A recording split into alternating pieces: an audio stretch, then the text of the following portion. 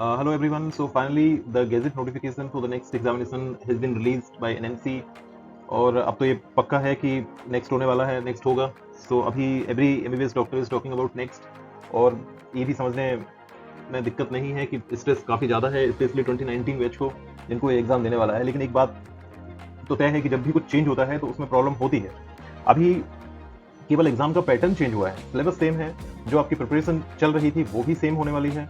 कुछ चेंज नहीं हुआ है इस लेवल पे. जो चेंज हुआ है that is just the examination pattern. पहले भी 2 एग्जाम होते थे फाइनल एमबीबीएस पास करने के लिए, एक थ्योरी एक प्रैक्टिकल. अभी जो थ्योरी है वो एमसीक्यू बेस्ड हो गया है, और जो प्रैक्टिकल है वो तो सेम रहने वाला है. स्टेप 2 नेक्स्ट का जो होगा वो प्रैक्टिकल एग्जामिनेशन होगा. तो कुछ चेंज नहीं हुआ है, इसमें पैनिक करने की जरूरत नहीं है. अभी आपके पास जितने महीने हैं उसमें जस्ट रिवीजन करना है, रिवाइज करना है. 60% सिलेबस एकदम इजी होने वाला है, एकदम इजी क्वेश्चन आने वाले हैं जो आप आराम से सॉल्व करेंगे. 50% पासिंग मार्क्स है, तो जो आराम से किया जा सकता है. पीजी सीट की अगर बात है तो आपको 30% जो मीडियम लेवल के क्वेश्चन आएंगे उनको टारगेट करना होगा पीजी सीट में अच्छी रैंक लाने के लिए. तो आज की प्रेजेंटेशन में हम ये देखने वाले हैं कि ये जो नया एग्जामिनेशन पैटर्न है, सबसे पहले तो इस पैटर्न को थोड़ा समझना होगा, और दूसरी बात है अब इसको प्रिपेयर कैसे करना है, इस बारे में अपन बात करेंगे. तो अभी जो आज का एजेंडा है वो इंट्रोडक्शन और outline of the examination, general information about next, how to prepare, timeline and summary. Now coming to the introduction part. तो सबसे पहले ये किस पे एप्लीकेबल होने वाला है, ये किन लोगों के लिए, इसकी यूटिलिटी क्या होगी. तो it is just to certify the eligibility for the medical graduate, to determine the eligibility and ranking for the post graduate medical education.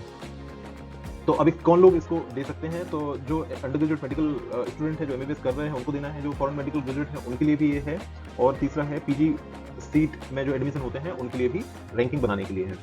तो सबसे पहले इसका जो पैटर्न होता है एग्जामिनेशन का, जो पैटर्न होगा वो 2 स्टेप में एग्जाम होगा. नेक्स्ट स्टेप 1 जिसमें कि थ्योरेटिकल एग्जामिनेशन होगा, इसमें एमसीक्यू टाइप के क्वेश्चन होंगे, और एक कंप्यूटर वाइज नेशनलाइज्ड एग्जाम होगा. इसके जो सब्जेक्ट हैं, जो 6 सब्जेक्ट होंगे, 6 पेपर इसमें होंगे: medicine, surgery, obstetrics, paediatrics, ENT and ophthalmology. अब इसमें एक बात ये हम सोच सकते हैं कि जो मेडिसिन सर्जरी पेपर है उसके साथ जो अलाइड साइंसेस लिखा हुआ है उसका क्या मतलब है, और दूसरा क्या है कि जो फर्स्ट ईयर और सेकंड ईयर और प्री फाइनल का जो पीएसएम है उसका क्या वेटेज खत्म हो गया है. तो ऐसा नहीं है, उसका वेटेज खत्म नहीं हुआ है, उसका वेटेज है. अभी जो क्वेश्चन का पैटर्न होगा वो क्लिनिकल अप्रोच बेस्ड क्वेश्चन ज्यादा देखने को मिलेंगे. और क्लिनिकल जब भी हम किसी पेशेंट को अप्रोच करते हैं, जैसे कोई फीवर के साथ आया या कफ के साथ आया, तो उसमें अपन को फिजियोलॉजी भी उसमें होती है, उसके जो सिम्टम होते हैं उसमें उसकी फिजियोलॉजी के हिसाब से सिम्टम आते हैं, उसकी पैथोलॉजिक फाइंडिंग होती है उसमें, तो पैथोलॉजी भी उसमें इन्वॉल्व होती है. हम जो मेडिसिन लिखते हैं तो फार्माकोलॉजी इन्वॉल्व होती है. माइक्रोबायोलॉजी जो ऑर्गेनिज्म होते हैं तो माइक्रोबायोलॉजी होती है. तो इसी पैटर्न पे हमें पढ़ाई करना चाहिए, और इसी पैटर्न पर ये जो प्री और पैरा क्लिनिकल सब्जेक्ट्स हैं उनका एप्लीकेशन होगा और उनका वेटेज रहेगा. उनका वेटेज बिल्कुल भी खत्म होने वाला नहीं है. इसके बाद ये इंपॉर्टेंट पॉइंट है कि नेक्स्ट स्टेप 1 कब होगा. तो ये एमबीबीएस फाइनल का जो प्रैक्टिकल जो थ्योरी एग्जाम होता था उसको ये रिप्लेस करेगा, और थ्योरी एग्जाम की जगह पे अब एमसीक्यू वाइज एक नेशनलाइज्ड एग्जाम होगा, और ये 1 साल में एक बार होगा रेगुलर वाला, और आफ्टर 6 मंथ इसका सप्लीमेंट्री एग्जाम होगा. सप्लीमेंट्री एग्जाम में वही लोग अपियर हो पाएंगे जो कि इसमें फेल हो गए हैं एक या एक से ज्यादा सब्जेक्ट में. मैक्सिमम 3 सब्जेक्ट में अगर अप टू 3 सब्जेक्ट फेल होते हैं तो सप्लीमेंट्री एग्जाम दे सकते हैं. अगर 3 से ज्यादा सब्जेक्ट में फेल है तो नेक्स्ट ईयर फिर रेगुलर नेक्स्ट स्टेप 1 देना होगा. इसके अटेम्प्ट में कोई अपर लिमिट नहीं है, लेकिन आपको जो टोटल ड्यूरेशन है एमबीबीएस पास करने की that has to be 10 year. Step 2 की बात करें तो स्टेप 2 जो है वो प्रैक्टिकल एग्जाम होगा, क्लिनिकल वाइवाबोसी एग्जामिनेशन होगा, जिसमें 7 क्लिनिकल सब्जेक्ट आएंगे. इसमें मेडिसिन है, सर्जरी है, ऑब्स्टेट्रिक्स है, पीडियाट्रिक्स है, ENT, ophthalmology, orthopaedics and PMR. इन सब का वेटेज इसमें रहेगा. अगेन इसमें अगर हम बात करें कि वेटेज क्या फर्स्ट ईयर सेकंड ईयर के सब्जेक्ट का कम हो गया है, तो अपन इसमें तो ऐसा लगता है कि उनका वेटेज थोड़ा कम हो गया है, क्योंकि अगर मेडिसिन का पेपर हो रहा है, प्रैक्टिकल एग्जामिनेशन है, तो मेडिसिन के केस बेस्ड होगा, केस आएंगे, या ऑस्की बेस्ड एग्जाम होगा, या सिमुलेशन से अपन एग्जाम लिया जाएगा. तो इसमें क्वेश्चन जो पूछे जाएंगे वो मेडिसिन के ही ज्यादा क्वेश्चन पूछे जाएंगे. प्री क्लिनिकल और पैरा क्लिनिकल के उसमें क्वेश्चन कम हो सकते हैं. तो स्टेप 2 के लिए अगर हम बात करें, फर्स्ट ईयर सेकंड ईयर के सब्जेक्ट का वेटेज थोड़ा कम लगता है, लेकिन स्टेप 1 के लिए तो उनका वेटेज रहेगा. स्टेप 2 जो है वो objective structured clinical case based simulated patient aimed that will evaluate practical clinical skill, clinical decision making, communication skill, जो कि एक्सपेक्टेड है एक इंडियन मेडिकल ग्रेजुएट से, वो सब इसमें इस एग्जाम के थ्रू असेस होगा. एग्जामिनेशन जो है वो एक बार होगा, इन पर्सन होगा, बिल्कुल ऑनलाइन नहीं होगा, and that would be conducted by the health universities और द इंस्टीट्यूट. ओके, तो ये स्टेप 2 जो हमारा प्रैक्टिकल एग्जाम होता था ये बिल्कुल वैसे ही होगा. एक बार रेगुलर होगा और एक बार इसका सप्लीमेंट्री एग्जाम होगा. इसमें भी जो अपर लिमिट है अटेम्प्ट्स की वो कुछ अपर लिमिट नहीं है, आपका जो 10 ईयर टोटल ड्यूरेशन एमबीबीएस का होना चाहिए, that is upper limit, otherwise attempts की अपर लिमिट नहीं है। इसकी जो स्कोर है वो मार्क्स जो नेक्स्ट वन स्टेप में है उनको जो that would be calculated as whole number which shall serve as the raw score, need to में पास और फेल होगा, इसमें नंबर नहीं होंगे। मिनिमम मार्क्स 50% होना चाहिए और जो 6 पेपर्स हैं उनके भी मिनिमम मार्क्स 50% से ज्यादा होना चाहिए। और जो नेक्स्ट टू स्टेप 2 को पास करने का जो क्राइटेरिया है वो बस पास एंड फेल है, उसमें मार्क्स नहीं होंगे। इसके बाद आती है कि इसकी यूटिलिटी जो ऑलरेडी मैं बता चुका हूँ, इन्फॉर्मेशन ऑफ स्टेप 1, इसमें जो एमसीक्यू क्वेश्चन होंगे, problem solving analytical skill type के जो 65% क्लिनिकल विग्नेट के क्वेश्चन होंगे, कॉम्प्रिहेंसिव टाइप के 25% क्वेश्चन होंगे और 10% क्वेश्चन रिकॉल बेस्ड होंगे। अब जो डिस्ट्रीब्यूशन है इसमें जो मेजर सब्जेक्ट्स हैं मेडिसिन सर्जरी ऑप्शनी उसका 120 आइटम्स होंगे, 3 आवर्स का पेपर होगा। पीडियाट्रिक्स ईएनटी ऑप्थेल्मोलॉजी के 60 आइटम होंगे, 1.5 आवर का पेपर होगा। इसमें जो पैटर्न होगा 3 पेपर होंगे, 3 दिन में होंगे, 6 पेपर होंगे, 2 आवर्स का ब्रेक होगा इन बिटवीन, एक दिन में 2 पेपर होंगे। Step 2, comprehensive practical clinical examination होगा, that would be conducted after completion of internship. And the purpose of the next step 2 would be to evaluate the competency in clinical diagnosis, patient and clinical decision making, practical and communication skills necessary for practice of modern system of medicine, especially in India. Okay, so step 2 का ये purpose होता है। इसमें जो question होंगे वो actual cases होंगे, live cases होंगे, सिमुलेशन अगर पॉसिबल है आपके इंस्टीट्यूट में सिमुलेटर्स हैं तो उन पे भी हो सकता है, objective structured clinical assessment based question होंगे। ये क्या होता है ये कभी दूसरी वीडियो में आई विल टेल यू। और जो इसका जो असेसमेंट होगा बाद में, इसमें कोई मार्क्स नहीं होंगे, पास होगा या फेल होगा। इसमें 7 पेपर्स होंगे, 6 पेपर स्टेप 1 के plus orthopaedics and physical medicine and rehabilitation. तो इसमें orthopaedics and physical medicine rehabilitation को एक्स्ट्रा वेटेज दिया गया है। ये इसका टाइम शेड्यूल है, ये तो ठीक है। स्टेप 1 जो दिसंबर में होगा, इसका रिजल्ट जनवरी के सेकंड वीक में आएगा। स्टेप 2 होगा वो मार्च में होगा और इसका रिजल्ट अप्रैल में आएगा।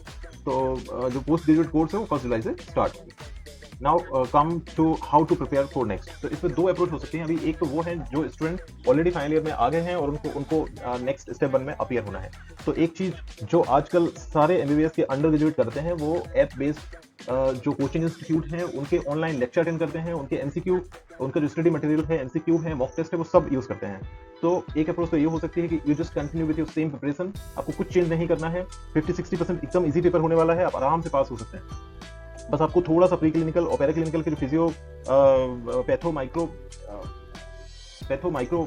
फार्माकोलॉजी पीएसएम है उनको थोड़ा रिवाइज करना होगा और आप स्टेप 1 के लिए तैयार हैं, आप स्टेप 1 में अपीयर हो सकते हैं। तो जो स्टूडेंट ऑलरेडी फाइनल ईयर में है या एग्जाम गोइंग है उनको पैनिक करने की जरूरत नहीं है। आप अपने आप को ऑर्गेनाइज करें, थोड़ा सा रिवीजन पे ध्यान दें और एमसीक्यू में ही ज्यादा ध्यान दें। जो हम पहले प्रैक्टिस करते थे लॉन्ग क्वेश्चन राइटिंग की या शॉर्ट क्वेश्चन राइटिंग की, क्वेश्चन जो लॉन्ग क्वेश्चन होते थे उसके लिए हम थ्योरी याद करते थे और प्रैक्टिस करते थे, उसकी जरूरत नहीं है, दैट इज फॉर श्योर। अभी एमसीक्यू बेस्ड है तो इसमें हमें थोड़ा डीप नॉलेज की जरूरत होती है, तो डीप नॉलेज पे ध्यान दें। कॉन्सेप्चुअल क्वेश्चन, कॉन्सेप्ट अपने क्लियर रखें, कॉन्सेप्ट को बार बार रिवाइज करें और जो अप्रोच होती है पेशेंट को ट्रीट करने की, अप्रोच पर हमें ध्यान देना होगा। और उसके साथ जो अप्रोच में मेडिसिन में जैसे हम बात करें जो अप्रोच होती है उसमें जो पैराक्लिनिकल के कॉन्सेप्ट लगते हैं उनको हम रिवाइज कर सकते हैं। इतना करने से अभी पास हो सकते हैं। दूसरा ये है कि जो हमारे फर्स्ट ईयर सेकंड ईयर में अभी स्टूडेंट हैं या जो फर्स्ट ईयर में आने वाले हैं उनके लिए मैं ये बोलना चाहता हूँ कि फर्स्ट जो हम एमबीबीएस में घूमना फिरना करते हैं, जो एंजॉय करना करते हैं, तो अभी वो उसका टाइम केवल फर्स्ट ईयर में है। पहले हम ऐसा मानते थे कि सेकंड ईयर में ये सब हो सकता है, लेकिन अभी फर्स्ट ईयर में हो सकता है, उसके बाद इसके लिए टाइम नहीं होगा। क्योंकि फर्स्ट ईयर में आपको 3 सब्जेक्ट हैं, आप 3 सब्जेक्ट को स्टैंडर्ड टेक्स्ट बुक से पढ़ें, लेक्चर अटेंड करें, जो ऐप बेस्ड लर्निंग है, ऑनलाइन लेक्चर से आप उनके लेक्चर अटेंड कर सकते हैं और कॉन्सेप्ट आप बनाते जाएं और कॉन्सेप्ट को लेके आप अपने नोट्स बनाएं और उनको बार बार रिवाइज करें। उनको तब तक रिवाइज करें जब तक कि वो आपकी परमानेंट मेमोरी में नहीं चला जाता, क्योंकि आपको फर्स्ट ईयर के सब्जेक्ट दोबारा पढ़ने का शायद मौका ना मिले, इसलिए आपको बार बार रिवाइज करना है, परमानेंट मेमोरी में उनको लाने की कोशिश करना है। तो इतना हमें फर्स्ट ईयर के सब्जेक्ट के साथ कर लेना है। जब हम फर्स्ट ईयर पास हो जाएंगे, अब सेकंड ईयर में आते हैं, अब सेकंड ईयर से अपनी जर्नी स्टार्ट होती है नेक्स्ट स्टेप 1 की प्रिपरेशन की। तो सेकंड ईयर में हमें कोशिश ये करना है कि सेकंड ईयर के जो 4 सब्जेक्ट हैं, पैथो, माइक्रो, फार्मा और फॉरेंसिक, इसके साथ ही ईएनटी ऑप्थेल, कम से कम ईएनटी ऑप्थेल अभी खत्म करना है। ये हम पहले भी ऐसा प्लान करते थे, लेकिन अभी ये मस्ट है। अगर ये आपने नहीं किया तो आगे जाके बहुत ज्यादा प्रॉब्लम आएगी। तो ये 6 सब्जेक्ट अपन को सेकंड ईयर में पढ़ना है। ईएनटी ऑप्थेल को कोशिश करें कि पूरा पढ़ लें, उनका सिलेबस रिलेटिवली कम है तो उनको पूरा पढ़ने की कोशिश करें। बाकी के जो सब्जेक्ट है उनका एमसीक्यू बेस्ड अप्रोच अपनी होना चाहिए। टेक्स्ट बुक पढ़ते हैं तो एमसीक्यू अपने आप बनते हैं। MCQ most of the time जो कॉन्सेप्ट होते हैं वहां से निकलते हैं, या जो जिसका क्लिनिकल इंप्लीकेशन होता है थ्योरी का, वहां से एमसीक्यू निकलते हैं। तो जब हम टेक्स्ट पढ़ते हैं तो हमें ये सोचना पड़ेगा कि इसमें से क्या एमसीक्यू निकल सकता है। डायरेक्ट एमसीक्यू आने की पॉसिबिलिटी कम होगी, उसमें जो एप्लीकेशन होने वाला है, पैथोलॉजी का एप्लीकेशन डिसीज में जो होगा उसकी ज्यादा होगी। तो वो उस टाइप से हमें सेकेंड ईयर पढ़ना होगा। ऐसे ही फार्मा में है, ऐसे ही माइक्रोबायोलॉजी में है। इसके बाद आता है प्री फाइनल। प्री फाइनल में के जो 2 सब्जेक्ट हैं वो अपने पूरे हो चुके हैं। अब ये PSM होगा और मेडिसिन सर्जरी। कोशिश ये करें कि मेडिसिन सर्जरी को ज़्यादा से ज़्यादा first 6 month of pre final में मेडिसिन सर्जरी को फिनिश करने की कोशिश करें। उसमें भी हमें वैसे ही करना है। अगर लर्निंग एप्स हैं और उसमें हम ऑनलाइन लेक्चर देख सकते हैं, 7-8 लेक्चर डेली देखें तो फर्स्ट 6 मंथ में आप आराम से सर्जरी और मेडिसिन को पूरा कर सकते हैं। अगर आप स्टैंडर्ड टेक्स्ट बुक पढ़ना चाहते हैं या आप ज़्यादा टाइम देते हैं पढ़ने में, तो उनकी जो इंपॉर्टेंट टॉपिक्स हैं उनको आप कवर करें, उनके नोट्स बनाएं और कॉन्सेप्ट को ध्यान में रखें, बार बार रिवाइज करें। इतना करने से आपकी मेडिसिन सर्जरी अगर आपने पूरी फिनिश कर ली तो दिस इज एक्सलेंट, फिर आपको फाइनल ईयर में बिल्कुल प्रॉब्लम नहीं आएगी। अगर आपने पूरी नहीं कर पाए हैं तो फिर फाइनल ईयर में मैं अभी बताऊंगा कैसे उसको फिर से करना है। 6 मंथ में ये कर लेना है। 6 मंथ के बाद कम से कम 2 मंथ जो आपके सेकंड ईयर के सब्जेक्ट थे उसकी जो आपने मेडिसिन में पढ़ा है, सर्जरी में पढ़ा है, उसके साथ उनको कोरिलेट करते हुए थोड़ा बहुत रिवीजन आप चाहें तो कर सकते हैं। और लास्ट के जो 4 मंथ हैं उसमें PSM और जो प्री फाइनल के 2 और सब्जेक्ट हैं ENT ऑप्थेल। ENT ऑप्थेल का जस्ट रिवीजन बाकी है, वो आप ऑलरेडी पढ़ चुके हैं, तो वो कर लेना है और PSM के साथ आपको ये प्री फाइनल पास करना है। अब आते हैं फाइनल ईयर में। फाइनल ईयर में आपने मेडिसिन सर्जरी ऑलरेडी फिनिश कर चुके हैं। अब मेजर सब्जेक्ट जो है वो ऑब्स-गायनी है और पीडियाट्रिक्स है। ऑब्स-गायनी पीडियाट्रिक्स को पहले 2 महीने में खत्म करें। पूरी कोशिश आपकी होनी चाहिए 2 महीने में खत्म करने की। इसके अलावा नेक्स्ट 15 डेज में आपके जो और शॉर्ट सब्जेक्ट हैं, स्किन है, रेडियोलॉजी है, ऑर्थोपेडिक्स है, डर्मेटोलॉजी है, साइकेट्री है, इन सबको कुछ 15 डेज टू 2 to 3 वीक्स में ये सब सब्जेक्ट आपको फिनिश करना होगा। इसके जो इंपॉर्टेंट पॉइंट्स हैं, इंपॉर्टेंट टॉपिक हैं, उनको कवर करें। इसके बाद आपके पास अभी भी काफी टाइम बचा है, तो नेक्स्ट 3-4 मंथ में आपको फिर रिवीजन करना होगा अपने सारे सब्जेक्ट का। 3 मंथ में सारे सब्जेक्ट का रिवीजन कर लें और मेडिसिन सर्जरी का जो पार्ट बचा हुआ था उस पार्ट को फिर से यहाँ कवर करना होगा, फिर से रिवाइज करना होगा। लास्ट के 3 मंथ में अब एग्जाम है, अब आपका सारा सिलेबस खत्म हो चुका है, जस्ट यू नीड रिवीजन। अब रिवीजन करना है। अब राइटिंग करने के लिए जो हम पहले रिमेंबर करते थे, बार बार सोचते थे इसमें लॉन्ग क्वेश्चन आएगा तो इसमें क्या लिखना होगा, अब वो प्रॉब्लम नहीं है। Short question I mean MCQ wise question आएंगे, इसमें डीप नॉलेज इज इंपॉर्टेंट। आप वहां पे वही सॉल्व कर पाएंगे जो आपकी परमानेंट मेमोरी में है। तो the revision is the key. आप कैसे भी करके उसको रिवाइज करें, आप अपनी परमानेंट मेमोरी में लाने की कोशिश करें और बार बार रिवाइज करें। Revision is the key. जितना ज्यादा आप रिवाइज करेंगे आपकी परमानेंट मेमोरी में चीजें होंगी और आपको बिना रिवाइज एग्जाम के जस्ट 1 दिन पहले बिना रिवीजन के आप आराम से MCQ को सॉल्व कर पाएंगे। तो ये इतनी अप्रोच हमें रखना होगा। अब बात आती है स्टेप 2 की। तो स्टेप 2 के लिए आपको क्या करना है कि आपकी जो इंटर्नशिप है उसको आप अच्छे से करें। मेडिसिन सर्जरी की पोस्टिंग या जो अदर सब्जेक्ट की पोस्टिंग है उसमें PGs के साथ आप काम करें। जो क्लिनिकल टीचिंग है, अप्रोच है पेशेंट्स की, पेशेंट कैसे देखते हैं, उसको कैसे अप्रोच करते हैं, उसका वर्कअप कैसे लिखते हैं, उन सब चीज़ों पे ध्यान दें।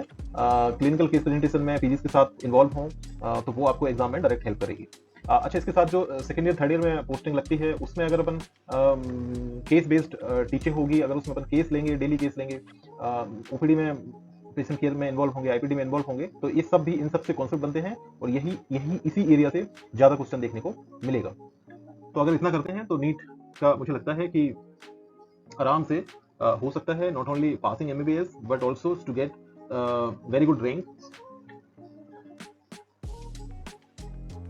Now coming to the summary में हम यही है कि जो नेक्स्ट है वो 2 स्टेप हैं उसके। स्टेप 1 जिसमें कि MCQ बेस्ड क्वेश्चन होंगे, जो थ्योरी हमारी अभी लॉन्ग क्वेश्चन राइटिंग होती थी उसको हमने रिप्लेस कर दिया है नेक्स्ट 1 से। और जो दूसरा स्टेप 2 है उसमें प्रैक्टिकल बेस्ड होगा, उसमें हमारा क्लिनिकल केसेस, सिमुलेशन, OSCE, इस बेसिस पे हमारा एग्जाम होगा। जो नेक्स्ट स्टेप 1 है वो फाइनल MBBS को पास करने में भी यूज होगा। PG की सीट के लिए जो रैंक बनती है उसमें भी यूज होगा। FMG जो फॉरेन मेडिकल ग्रेजुएट है उनको भी ये देना होगा और प्रैक्टिस करने के लिए, लाइसेंस लेने के लिए भी इसकी जरूरत पड़ेगी। जो नेक्स्ट स्टेप 2 है वो ओवरऑल MBBS पास करने के लिए इंपॉर्टेंट है, क्योंकि दोनों में पास होना इंपॉर्टेंट रहेगा। उसमें मार्क्स नहीं होंगे, इसमें मार्क्स होंगे। स्टेप 1 के मार्क्स का उपयोग करके रैंक बनेगी। So this is all about this next जो नया पैटर्न है हमारा एग्जामिनेशन का, this is all about that thing. Okay, thank you so much.